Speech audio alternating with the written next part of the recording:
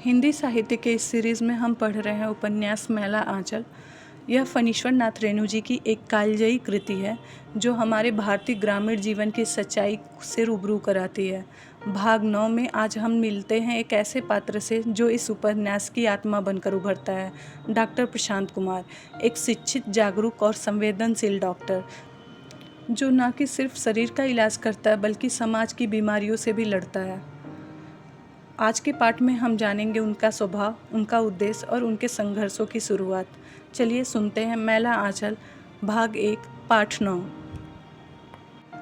Doctor Prashant Kumar. जात? नाम पूछने के बाद लोग पूछते हैं जात।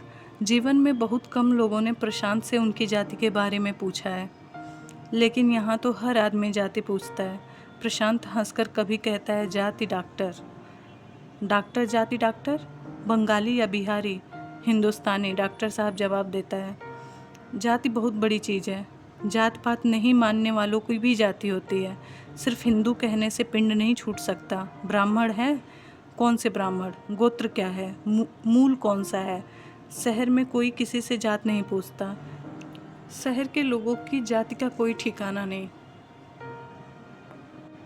लेकिन गांव में तो बिना जाति के आपका पानी नहीं चल सकता। प्रशांत अपनी जाति छिपाता है। सच्ची बात यह है कि वह अपनी जाति के बारे में खुद भी नहीं जानता। यदि उसे अपनी जाति का पता होता तो शायद उसे बताने में झिझक नहीं होती। तब शायद जाति पाति के भेदभाव पर उसका पूर्ण विश्वास नहीं हटता। तब शायद ब्राह्मण कहने में वह गर्व महसूस करता। हिंदू विश्वविद्यालय में नाम लिखाने के दिन प्रशांत को कुछ ऐसी ही समस्याओं का सामना करना पड़ रहा था। रात भर वह जगा रहा। प्रशांत कुमार के पिताजी का नाम अनिल कुमार बन गया। हिंदू ब्राह्मण सब झूठ। बेचारा डॉक्टर अनिल कुमार बनर्जी नेपाल के तराई के किसी गांव में अपने परिवार के साथ सुख की नींद सो रहा होगा। प्रशांत कुमार नामक एक कोई पुत्र हिंदू विश्वविद्यालय में नाम लिखा रहा है, वह ऐसा सपना भी नहीं देख सकता। लेकिन प्रशांत अपने तथाकथित पिता तथा अनिल कुमार को जानता है। मैट्रिक परीक्षा के लिए फॉर्म भरने के दिन डॉक्टर अनिल उसके पिता के रिक्त कोष्ठ में आकर बैठ गया। बचपन से वह अपने जन्म की कहानी सुन रहा है। घर की नौकरानी, बाग का माली, पड़ोस का हलवाई भी उसके जन्म की कहानी जानता है। लोग बरबस उसकी ओर उंगली उठाकर कहते थे, उस लड़के को देखते हो ना, उसे उपाध्याय जी ने कोसी नदी में पाया था।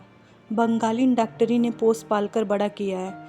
फिर लोगों के चेहरे पे जो आश्चर्य की रेखा खिंच जाती थी और आंखों में जो करुणा की हल्की छाया उतर आती थी, उसे प्रशांत ने सैकड़ों बार देखा है। एक लवारिश लाश को भी लोग वैसी दृष्टि से नहीं देखते हैं। प्रशांत अज्ञात कुलशील है। उसकी माँ ने एक मिट्टी के हांडी में डालकर बाढ़ में उमड़ती हुई कोसी मैया की गोद में उसे सौंप दिया था। नेपाल के प्रसिद्ध उपाध्याय परिवार ने नेपाल सरकार द्वारा निष्कासित होकर उन दिनों सहरसा अंचल में आदर्श आश्रम की स्थापना की थी। एक दिन उपाध्याय जी बाढ़ पीड़ितों की सहायता के लिए रिलीफ के लिए नाव लेकर निकले। झाऊ की झाड़ी के पास एक मिट्टी की हांडी देखी। नई हांडी? उनकी स्त्री को कौतूहल हुआ। जरा देखो ना उस हांडी में क्या है। नाव झाड़ी के पास पहुंची। पानी के हिलोरे से हांडी हिली और उसमें से एक ढूंढा सांप गर्दन निकालकर फो फो करने लगा। सांप धीरे धीरे पानी में उतर गया और हांडी से नवजात शिशु की रोने की आवाज़ आई, मानो माँ ने थपकी देकर बंद कर दिया था। बस यही उसके जन्म की कथा है, जिससे हर आदमी अपने अपने ढंग से सुनाता है। आदर्श आश्रम में एक दुखिया युवती रहती थी, स्नेहमयी। स्नेहमयी को उसके पति अनिल कुमार बनर्जी ने त्याग कर एक नेपालिन से शादी कर ली थी। उपाध्याय जी के आदर्श आश्रम में रहकर वह हिरण, खरगोश, मयूर और बंदर के बच्चों पर अपना स्नेह बरसाती रहती थी। तरह तरह के पिंजड़ों से लेकर वह दिन काट लेती थी। जब उस दिन उपाध्याय दंपति ने उसकी गोद में सोया हुआ शिशु दिया तो वह आनंद से विभोर होकर चीख उठी, प्रशांत, अमार प्रशांत। उस दिन से प्रशांत स्नेहमयी का इकलौता बेटा हो गया। कुछ दिनों के बाद नेपाल सरकार ने निष्कासन की आज्ञा रद्द करके उपाध्याय परिवार को नेपाल बुला लिया। आदर्श आश्रम के पशु पक्षियों के साथ स्नेहमयी और प्रशांत भी उपाध्याय परिवार के ही सदस्य थे। उपाध्याय जी ने नेपाल की तराई में विराटनगर के आदर्श विद्यालय की स्थापना की। स्नेहमयी उसी स्कूल में सिलाई कटाई की मास्टरनी नियुक्त हुई।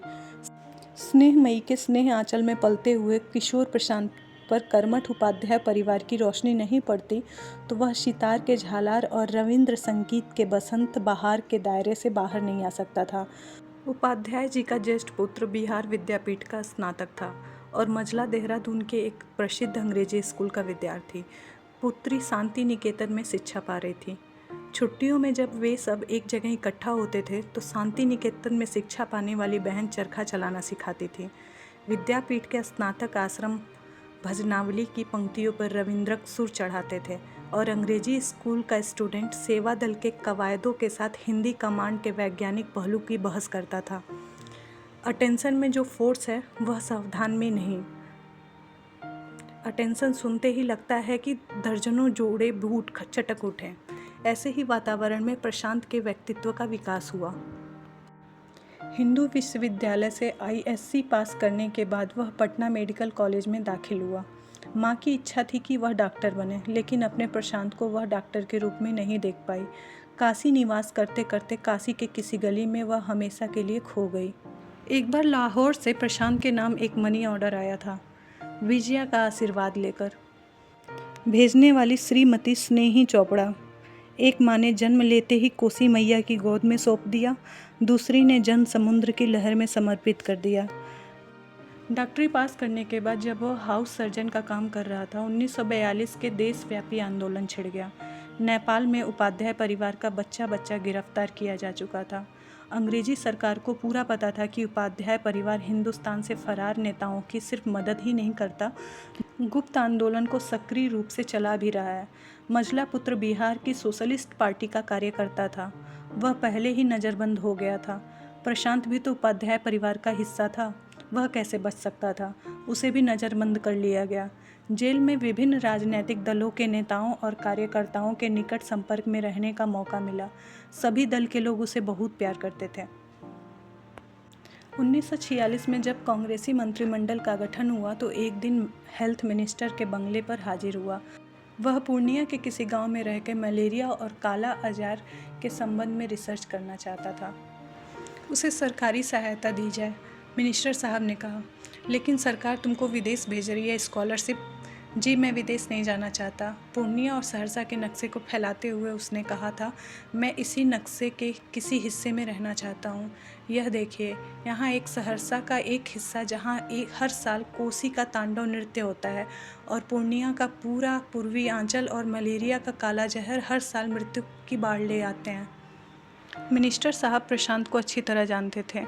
इस विषय में प्रशांत से तर्क में जीतना मुश्किल है, लेकिन सवाल यह है कि सवाल जवाब कुछ नहीं, मुझे किसी मलेरिया सेंटर में भेज दीजिए। मलेरिया सेंटर में? लेकिन तुम MBBS हो और मलेरिया आजार सेंटरों में LMP डॉक्टर किए जाते हैं। जब तक मैं यह रिसर्च पूरा नहीं कर लेता मैं कुछ भी नहीं करूँगा। मेरी डिग्री किस काम की?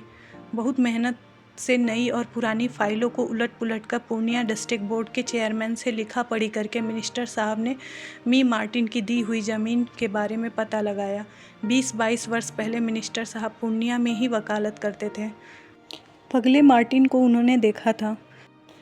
अंत में केंद्रीय सरकार के सलाह परामर्श के बाद एक दिन प्रेस नोट में यह खबर प्रकाशित हुई कि पूर्णिया जिले में मैरीगंज नामक गांव में मलेरिया स्टेशन खोला गया है। The station will undertake malaria and Kala Azar investigation in the all expected preventive, curative and economic। प्रशांत के इस फैसले को सुनकर मेडिकल कॉलेज के अधिकारियों, अध्यापकों और विद्यार्थियों पर तरह तरह की प्रतिक्रिया हुई। मशहूर सर्जन डॉक्टर पटवर्धन ने कहा, बेवकूफ़ है। ENT के प्रधान डॉक्टर नायक बोले, पीछे आंखें खुलेंगी। मेडिसिन के डॉक्टर तरफदार की राय थी, भावुकता का दौर भी एक खतरनाक रोग है, मालूम। लेकिन प्रिंसिपल साहब खुश थे। तुमसे यही उम्मीद थी। मैं तुम्हारी सफलता की कामना करता हूँ। जब कभी तुम्हें किसी सहायता की आवश्यकता हो तो हमें लिखना। प्रशांत का गला भर आया था। मद्रास के मेडिकल गजट ने संपादकीय लिखकर डॉक्टर प्रशांत का अभिनंदन किया और जिस दिन पूर्णिया आ रहा था, स्टीमर खुलने से सिर्फ 5 मिनट तक की देरी थी, उसने देखा कि एक युवती सीढ़ी से जल्दी जल्दी उतर कर आ रही है। कौन है? ममता? हाँ, ममता ही थी। आते ही बोली, आखिर तुम्हारा माथा खराब हो गया, तुमने तो कभी बताया ही नहीं। बलिहारी है तुम्हारा। ओह प्रशांत, तुम कितने बड़े हो, कितने महान। मैं तो अभी आ रही हूँ बनारस से। आते ही चुन्नी ने तुम्हारी चिट्ठी दी। रुमाल के फूल और बेलपत्र निकाल के प्रशांत के सिर पर झुलाते हुए ममता ने कहा था, बाबा विश्वनाथ का प्रसाद है। बाबा विश्वनाथ तुम्हारी मंगल करें। पहुँचते ही पत्र देना। ये था मैला आंचल भाग 9, जहाँ हमने जाना डॉक्टर प्रशांत कुमार को, एक ऐसे डॉक्टर को जो सिर्फ रोगों को नहीं पूरे समाज की इलाज करना चाहता है। अगर आपको यह पाठ पसंद आया हो तो वीडियो को लाइक करें, कमेंट करें, अपने विचार ज़रूर साझा करें और चैनल को सब्सक्राइब करना ना भूलें। मिलते हैं अगले भाग में एक नई झलक और एक नई परत के साथ। धन्यवाद जुड़े रहने के लिए।